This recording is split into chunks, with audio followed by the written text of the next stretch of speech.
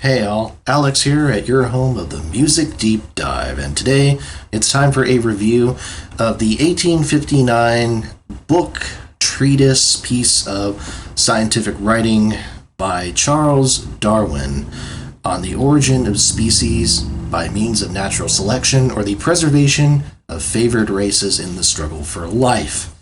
Okay, this is strange because, again, we try not to talk about a ton of contemporary nonfiction works here. It's hard to talk about them in the context of reviewing them per se, especially when a lot of these, like works of philosophy, or in this case, a work of scientific literature, is something that's outside of my purview and expertise. It's hard to analyze that and compare it with contemporary works of the time and works that would come afterwards and that sort of thing.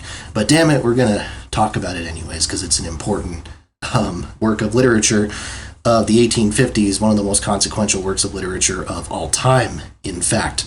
Charles Darwin, of course, English scientist, biologist, geologist, and free-thinking individual, came from a background, came from a rather religious family, and yet his natural curiosity sort of kind of transcended everything and kind of took him down these paths that veered wildly from what initially looked like it was going to be a career, perhaps in ministry or perhaps in the medical fields.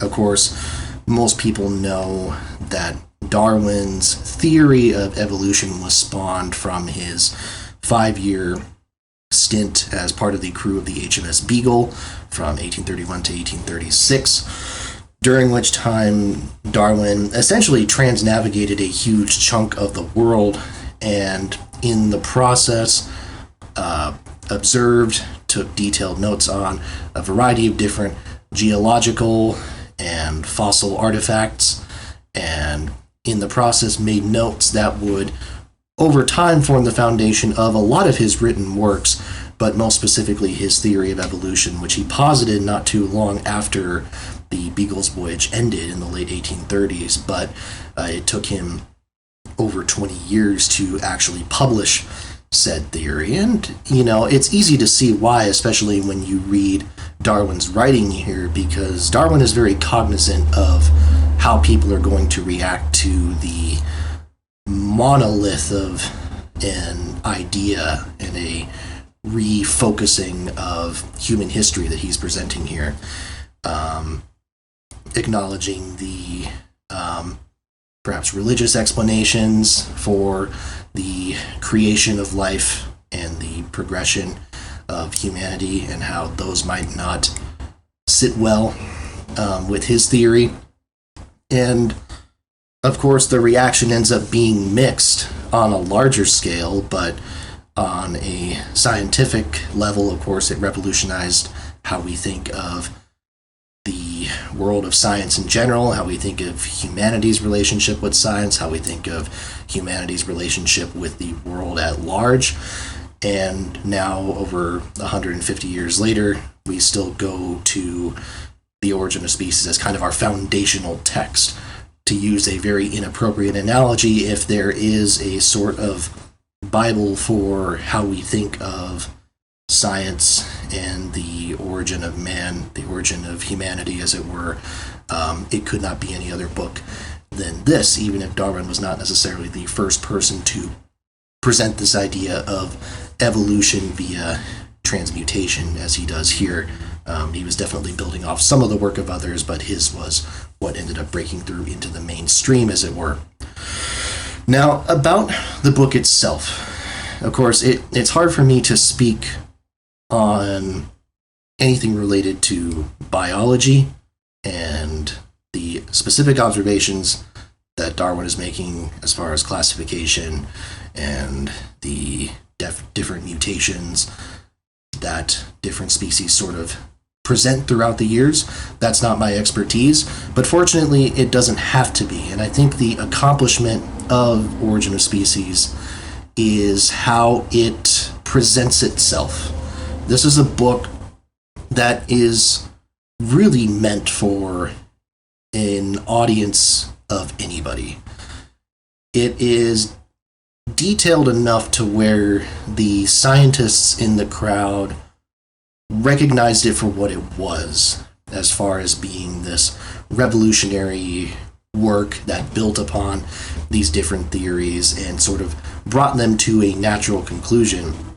But the way that Darwin makes his points is so far removed, I think, from what a lot of academic writing can be, as far as it being very insular, very self-contained, presumes a lot of knowledge going in, not just on the subject, but on the literature surrounding the subject, making casual mentioning of certain individuals' papers and certain individuals' publications and things like that without really explaining it, right? You don't need to necessarily explain things for the layperson in academic writing, because the assumption is, well, the only people who are reading this are going to be your peers who also know about the thing that you're talking about, right? Darwin knew that this was going to be something that common folks were going to read, people who were not steeped in biology and naturalism in the way that he was. And because of that, his book is structured in this sort of progression of logical conclusions, stating an observation, saying, because of what I am seeing here, I am asking this question, yes or no, I have therefore decided logically it makes sense for yes to be the answer, and now I'm moving on to my next conclusion. It's a very sort of, binary approach, I guess, to logical deduction. And because of that, it's very easy to follow along with his train of thought.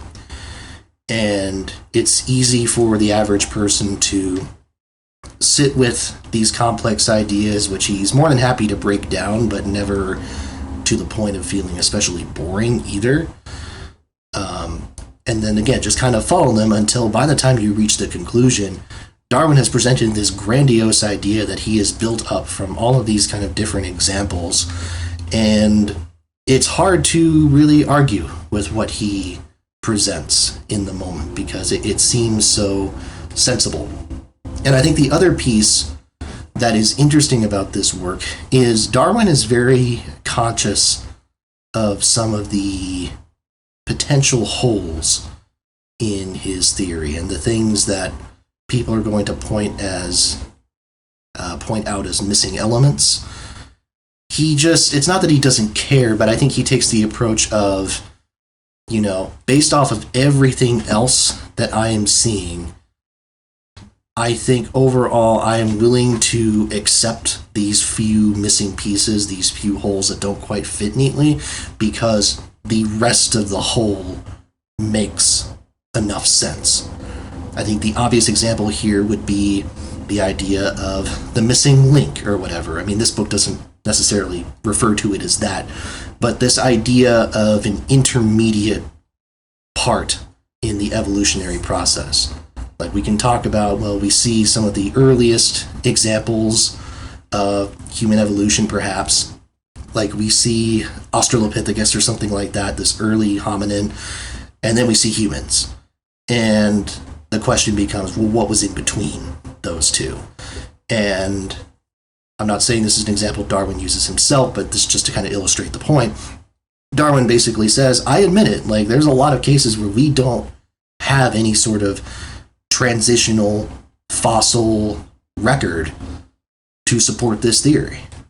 But given all these other things that I had pointed out, the idea that we have these sort of biological variations that we can see factually in other species that factually happen, given that we know that this happens and that we see the types of the variations that can play out in a few generations or so, it seems logical to me that we went from step A to step Z over a certain period of time, even if we don't necessarily have steps B to Y to confirm that transition. I hope that makes sense.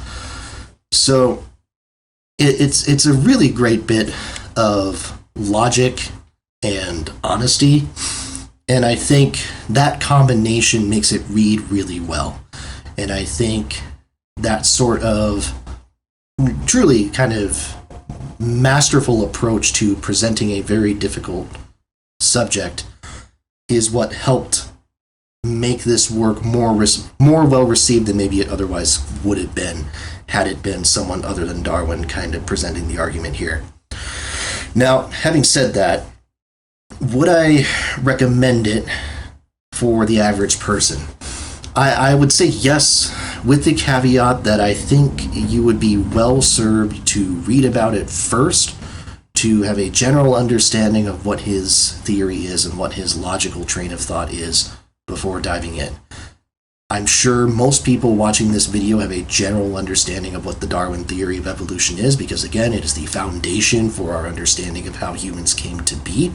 But maybe take a slightly bigger deep dive, read a couple articles about it or something like that, and then dive into the actual book. And that way, I think you will appreciate his train of thought even more. I think, again, I'm surprised how well this reads, considering this is, 1, a scientific treatise, 2, a scientific treatise from not even 1860, right? The 1850s. But it's surprisingly accessible and perhaps dry, but I don't think you can escape that, and I think it does as well as it possibly can given what he's trying to say. And I think ultimately, when he concludes and when the argument kind of reaches its end, you're left satisfied.